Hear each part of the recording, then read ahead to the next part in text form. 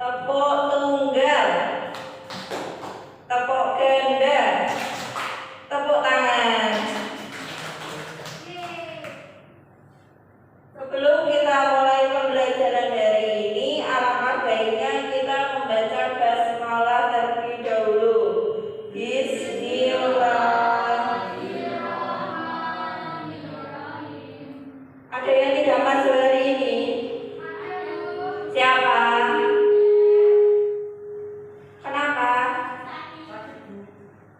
Ada surat izinnya tidak?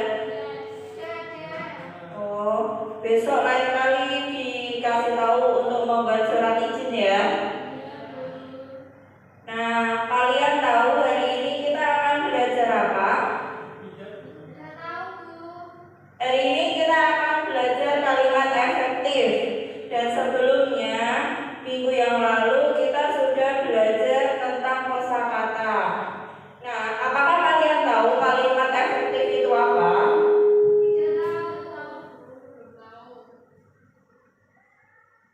Sebelum Ibu menjelaskan kalimat efektif itu apa, Ibu akan menjelaskan mengapa sih kita belajar kalimat efektif.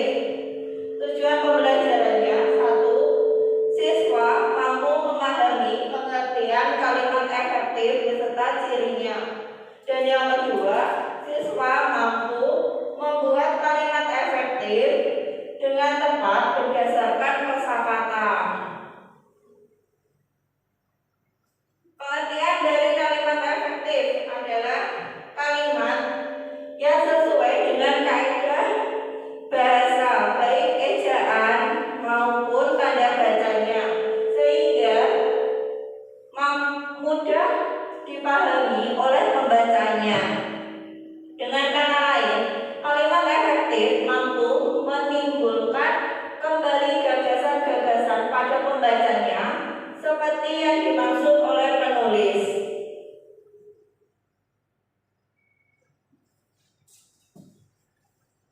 Yang kedua adalah ciri dari kalimat efektif.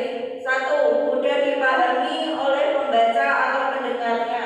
Yang kedua, tidak menimbulkan kesalahan dalam menafsirkan maksud sang penulis. Dan yang ketiga, menyampaikan pemikiran penulis kepada pembaca atau pendengarnya dengan tepat. Dan yang keempat, sistematis dan tidak bertele-tele atau langsung to the point. Contoh dari kalimat efektif yang pertama, setiap orang mempunyai hak dan kewajiban dimanapun ia berada. Dan yang kedua, semua orang mempunyai hak dan kewajiban dimanapun ia berada. Yang kedua termasuk kalimat tidak efektif karena di situ ada satu kata yang bermakna jamak, yaitu semua. Dan yang ketiga, ayah mencari nafkah untuk keluarga. Itu termasuk kalimat efektif.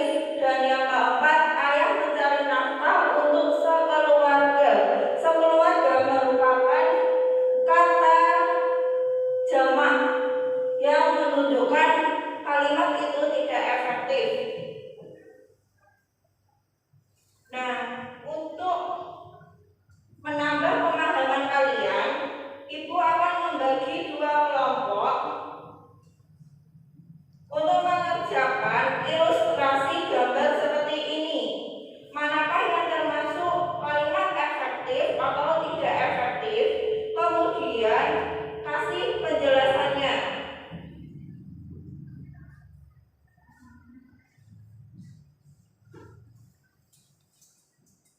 Silakan didiskusikan dengan temannya. Kemudian setelah mengetahui jawabannya, silakan dibacakan di depan kelas atau dibacakan di tempat, tidak apa-apa. Perwakilan dari kelompok. Ya, Kak sampingnya. Maju ke depan.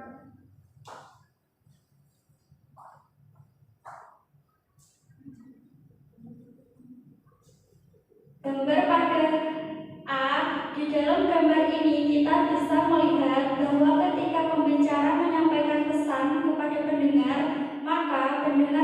paham. Si pembicara berbicara A, B, C, D, dan si pendengar mendengar A, B, C, D. Itu tandanya pesan tersampaikan dan pembicara menggunakan kalimat efektif. Yang gambar B, di dalam gambar ini kita bisa melihat bahwa pembicara menyampaikan pesan kepada pendengar, tetapi si pendengar tidak memahami apa yang disampaikan si pembicara. Itu tandanya pesan tidak tersampaikan dan pembicara tidak menggunakan kalimat efektif. Benar atau salah? Benar. Terima kasih. Coba boleh.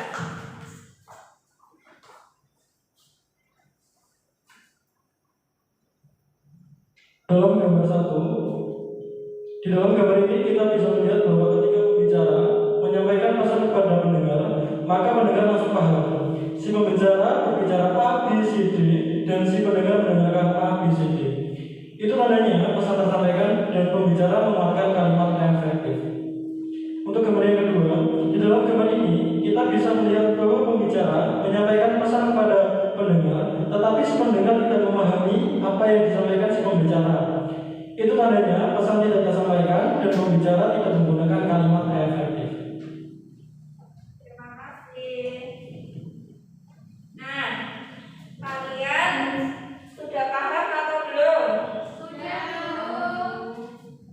Kesimpulan pembelajaran hari ini adalah kalimat efektif adalah kalimat yang sesuai dengan unsur SPOK, dan kalimat tidak efektif adalah di mana kalimat di dalamnya terdapat kata yang bermakna jamak. Untuk menemani belajar kalian di rumah, silakan kerjakan LKS halaman 20 sampai 21, soal 1 sampai 5, dan materi yang akan datang akan membahas kalimat tanggapan. Silakan dibaca. Jangan malas membaca karena kita adalah siswa yang pintar. Demikian pembelajaran